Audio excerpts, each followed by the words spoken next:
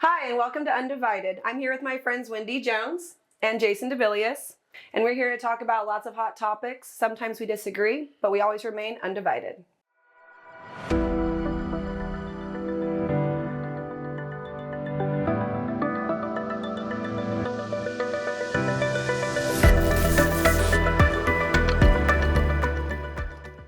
Okay, 2 times in the last week, this topic has come across my plate. Most recently this weekend in Reno, a parent brought it up to me. Have you guys heard of the Apeel stickers? Apeel stickers that now are appearing on some, not all, of our produce. I've heard about this much. I've done a little digging. It's interesting to me. And I think part of the problem that we're running into is that we don't know what news to trust. I am worried about my food supply. I do think it's gotten worse. And so anything that gets integrated into that conversation really tips my interest. I think I'd like to say I know a lot about it, but walk us through it. What is Apeel? So Apeel, so as you know, produce often goes bad really quickly, right? So Apeel is a designed coating that they have started to put on some produce that provides an extra additive protection layer to make the produce last up to 3 times longer than they currently last. Yeah. So Isn't your freezer enough? Since when is your freezer not enough? Since when is not freezing a steak? Go ahead. Or or That's any crazy, of the dude. other like hacks that you found, like storing bananas with avocados or anything like that. Anyway, so the coating, though, they say is safe, and they say they're going to make the produce last longer. So we're talking about produce like avocados, cucumbers, Apples? apples was one of them. Maybe bananas. Maybe I'm lemons. just thinking of fast Maybe perishable lemons. items like No, avocado. think about, like yeah, well, avocado is the only one that on the list that I saw that actually has a peel that you don't eat. But when you... Okay, but that's just a barrier. Like things go through into our food. So this added layer is supposed to prevent oxidation and prevent the oxygen from getting into. So it's keeping the moisture inside. Right.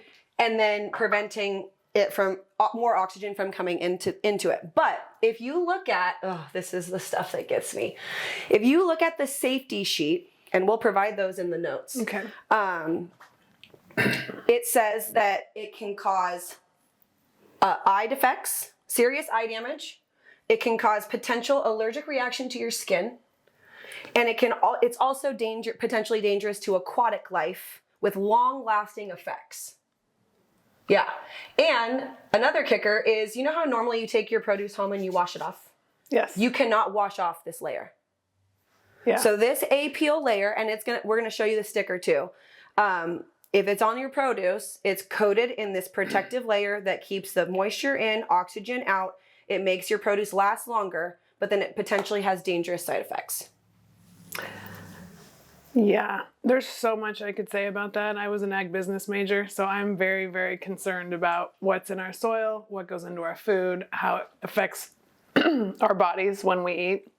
And if there's anything I could say just in short, it's our food supply is better when it is closer and it lasts less time. It's healthier that way. Food breaks down for a reason. And we need to get away from this mass produce. And I don't know what the answer is. It's been a question I've had for a long time. Like, how do we feed the masses? But GMOs, Roundup, they didn't start that stuff saying, oh, let's go hurt a bunch of people. But look what's happening. So I get leery of another thing coming in telling me it's going to be better for my food and better for my body because I don't buy it. Well, and let me give you one more kicker. It's a Bill Gates company. Interesting.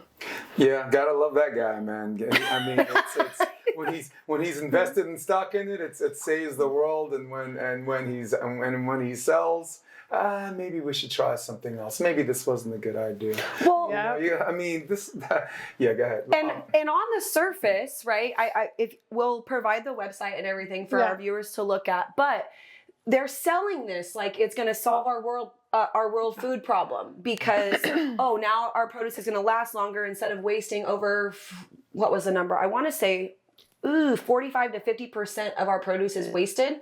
They're thinking it's now not going to be wasted because it's going to last longer.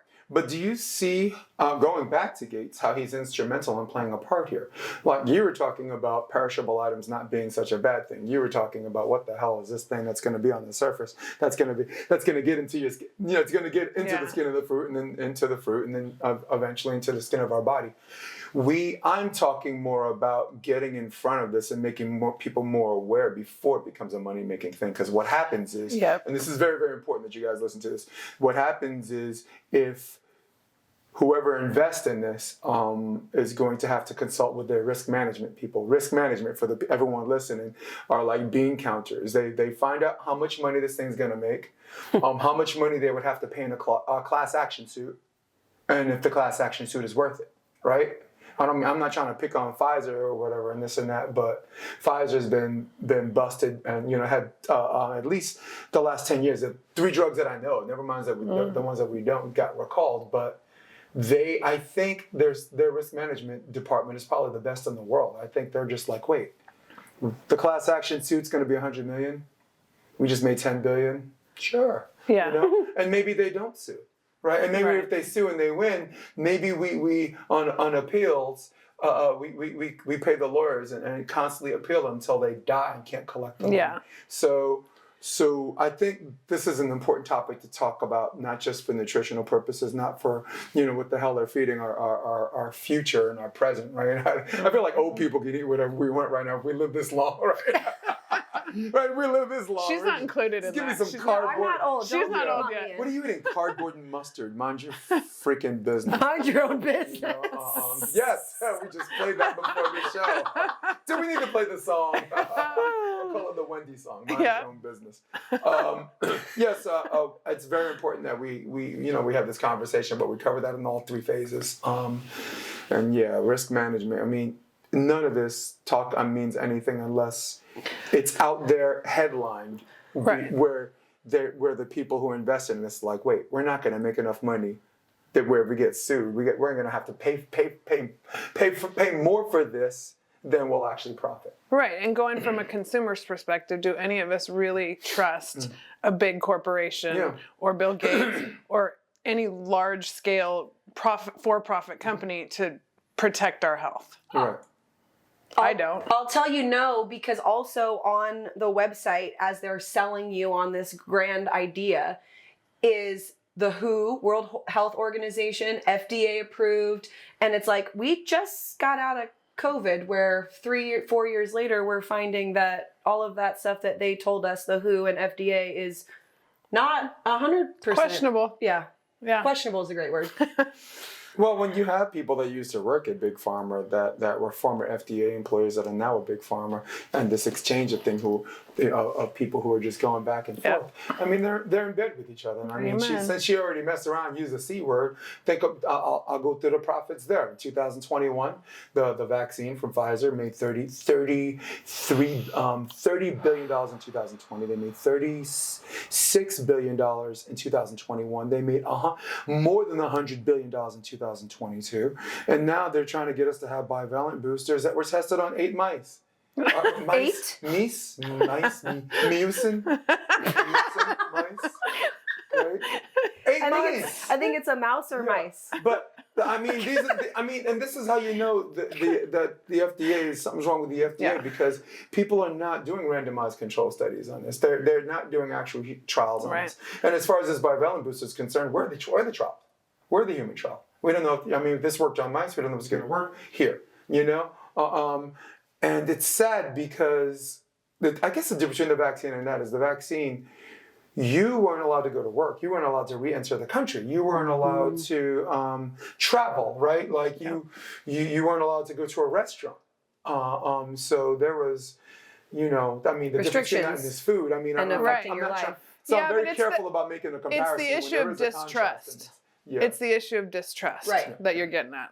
Yeah. And that's With where organizations that are supposed to tell us what's best for us. Oh my Yeah. God! And oh my God! You gotta love these people that are like, why would they lie? Why would they lie? No, that's not the question. My question is, after lying and lying and lying, the real question is this: why should we believe them now? I don't think Yeah. we should. well, they don't backtrack when they find out they're wrong. There's also that. Yeah. I think the most important thing on this topic, and the reason it was important for me to bring up for us today, is because we need to be researching and we need to be educated not only on what's going on in our world, but what we're putting into our bodies. Because I do think that there's something going on. Don't know what it is. You can call me a conspiracy theorist, you can call me whatever, but just educate yourself.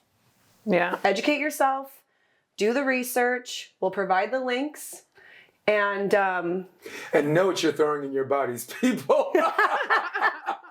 In moderation. It's all good. on that, I'll drink to that. we are undivided.